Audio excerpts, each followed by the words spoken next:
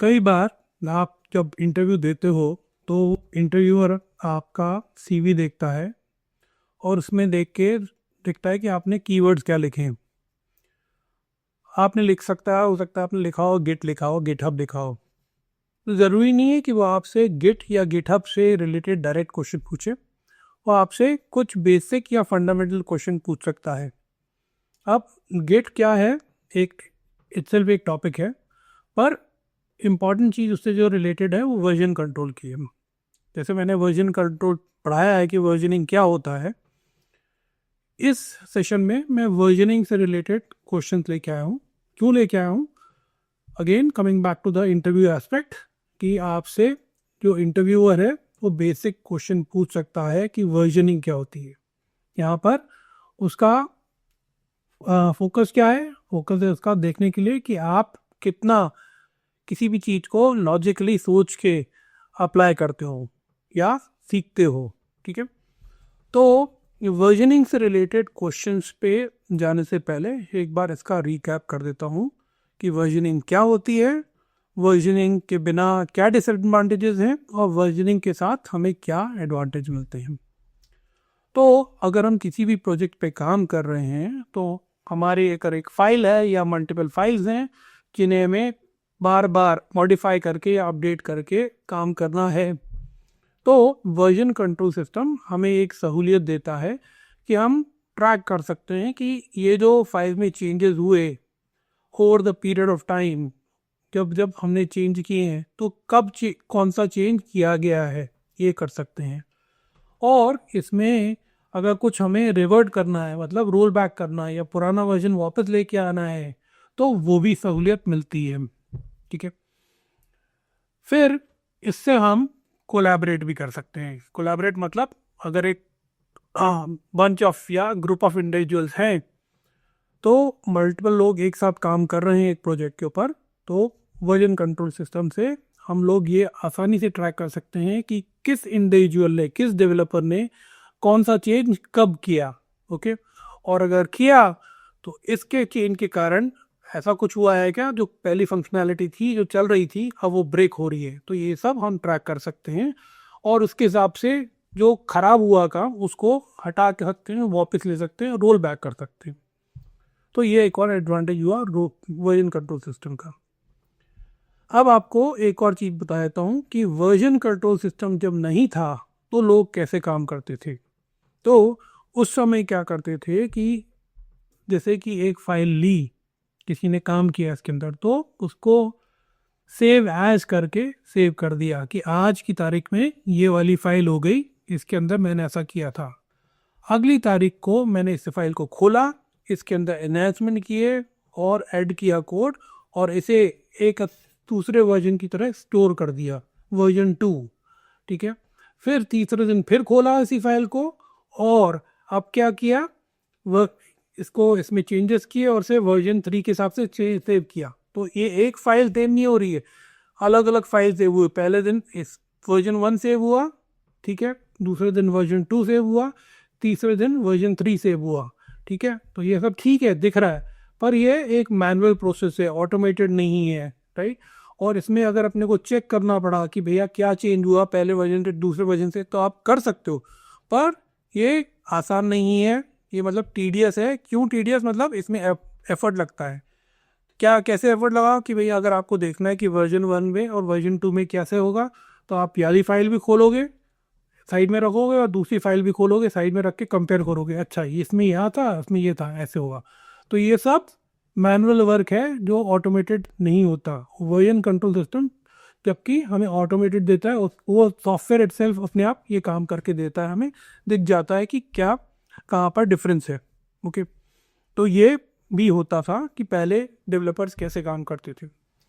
तो एक तो हो गया वर्जन के अलावा से लेके आए, तो जब भी कोई चेंज हुआ तो वर्जन चेंज करके फाइल सेव एज करके सेव करी, ऐसे काम करते थे।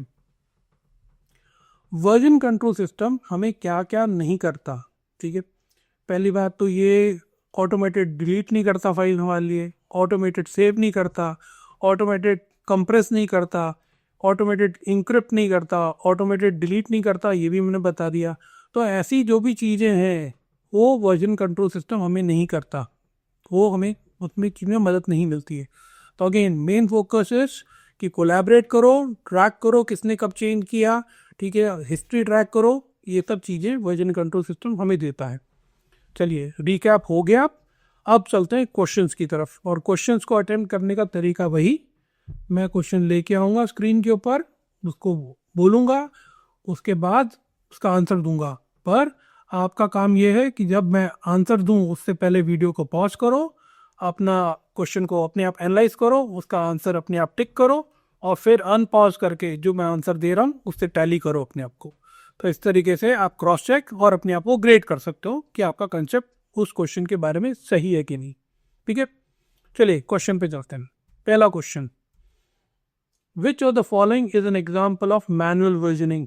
मैनुअल वर्जनिंग का कौन सा एग्जाम्पल है इन चारों ऑप्शन में से। मैंने अभी समरी में बताया था, रिकैप में बताया था कि पहले लोग कैसे काम करते थे और उसमें होता था क्या, इसमें से उस वो एंगल को इस पे अप्लाई करना है। तो ऑप्शन देखते हैं।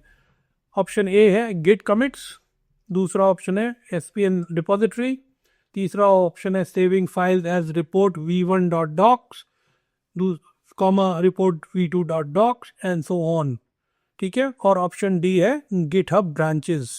ठीक है, तो ये चार ऑप्शन हैं। पॉज करके वीडियो को अपना ऑप्शन सही देखो।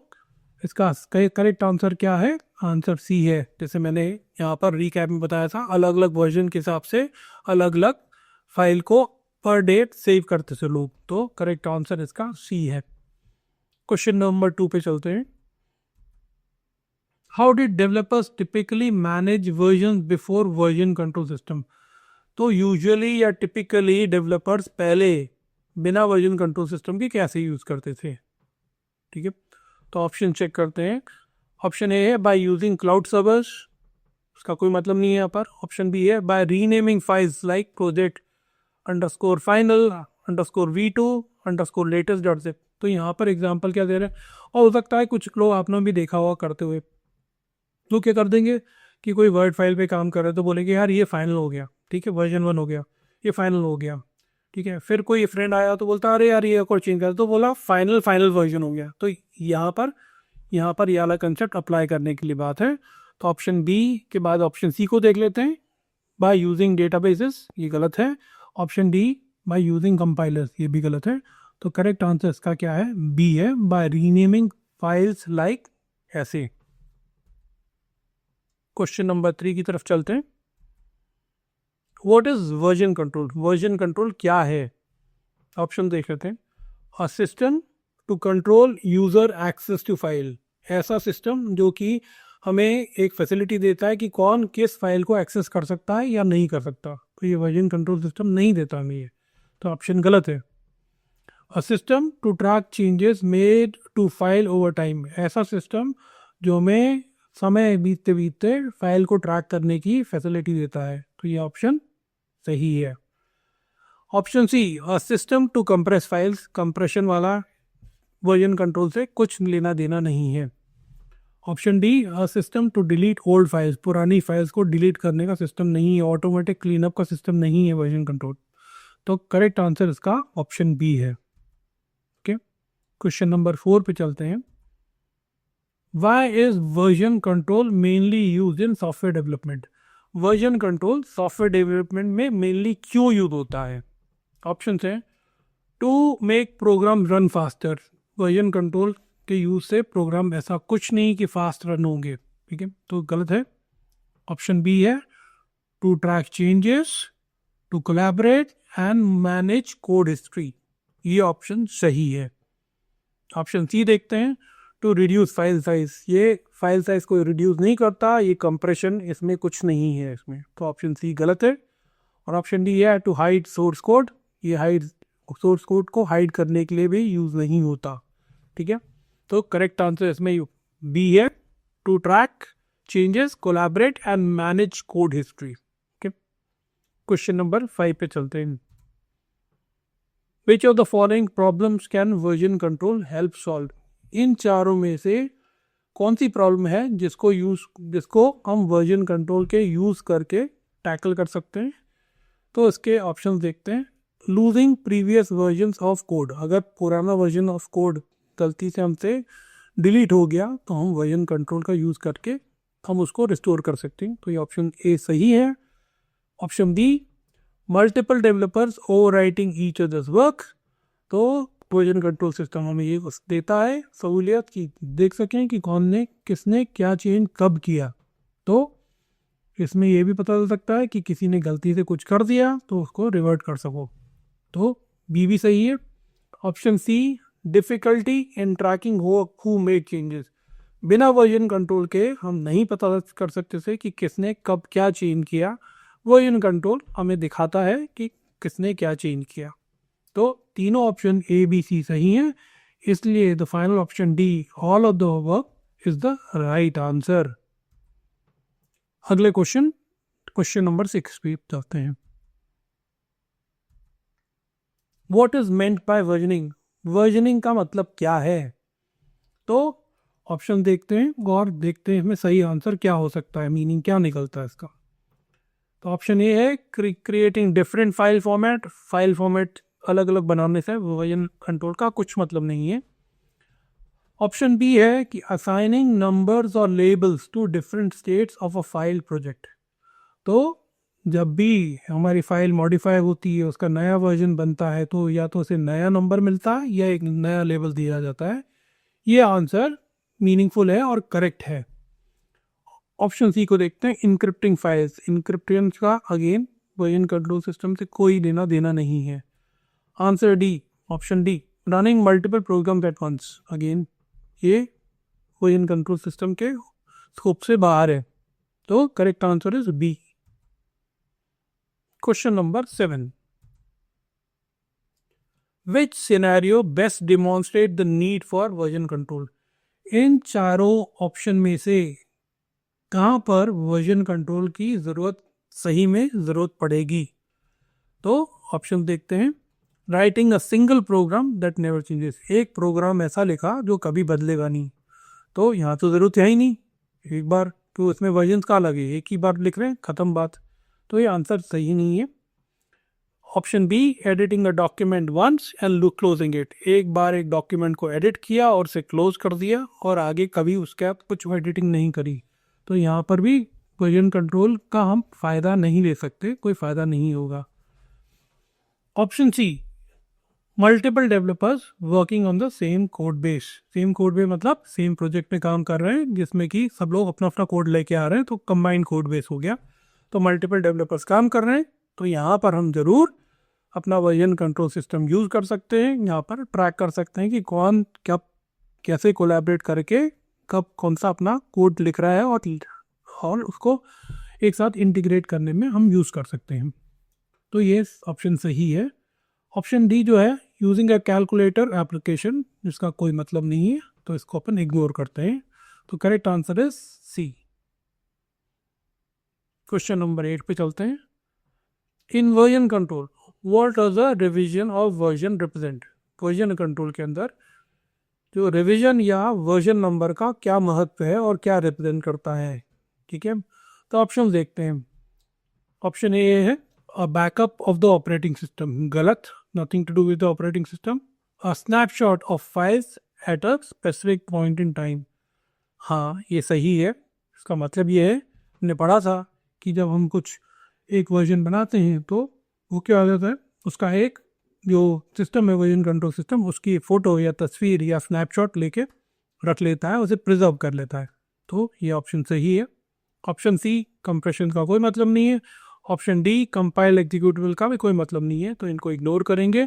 ऑप्शन सी बी पे अपन टिक करेंगे और से सिलेक्ट करेंगे। Okay, question number 9, which of the following is not a benefit of version control, इनमें से कौन सा वर्जन कंट्रोल का फ़ायदा नहीं है।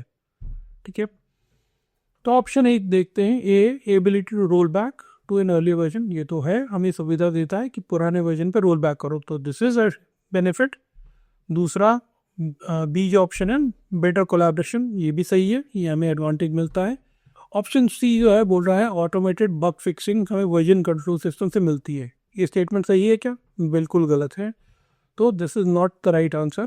ऑप्शन डी जो है चेंज हिस्ट्री ट्रैकिंग, ठीक है, जो चेंज हो रहा है उसकी हिस्ट्री को ट्रैक कर सकते हैं अपन, तो ये भी एडवांटेज है। तो इसमें से कौन सा बेनिफिट नहीं है वर्जन कंट्रोल सिस्टम का? Option C, automated bug fixing नहीं है। आखिरी क्वेश्चन, क्वेश्चन नंबर 10 पे चलते हैं। What does collaboration means in context of version control? तो हम वर्जन कंट्रोल की बात करते हैं उस सिलसिले में, उसके रेफरेंस में कोलैबोरेशन का क्या मतलब है, ठीक है। तो ऑप्शन देखते हैं। रनिंग प्रोग्राम्स टुगेदर, बहुत सारे प्रोग्राम्स टुगेदर रन करने को तो कोई कोलैबोरेशन नहीं है।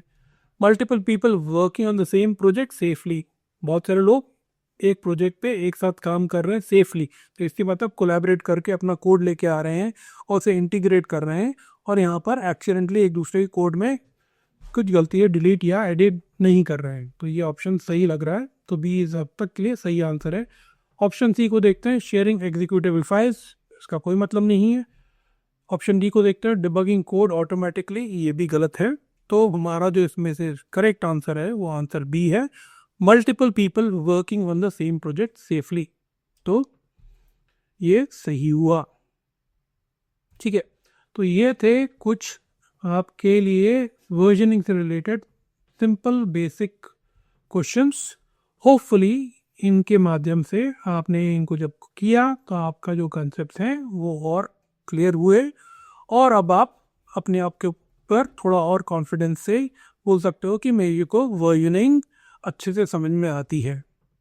ठीक, ये वाले सेशन को यहीं पे पॉज करते हैं, कंक्लूड करते हैं। अगले सेशन में मैं कोशिश करूँगा कुछ गेट इनइट से रिलेटेड क्वेश्चंस आप लोगों के साथ डिस्कस करूँ।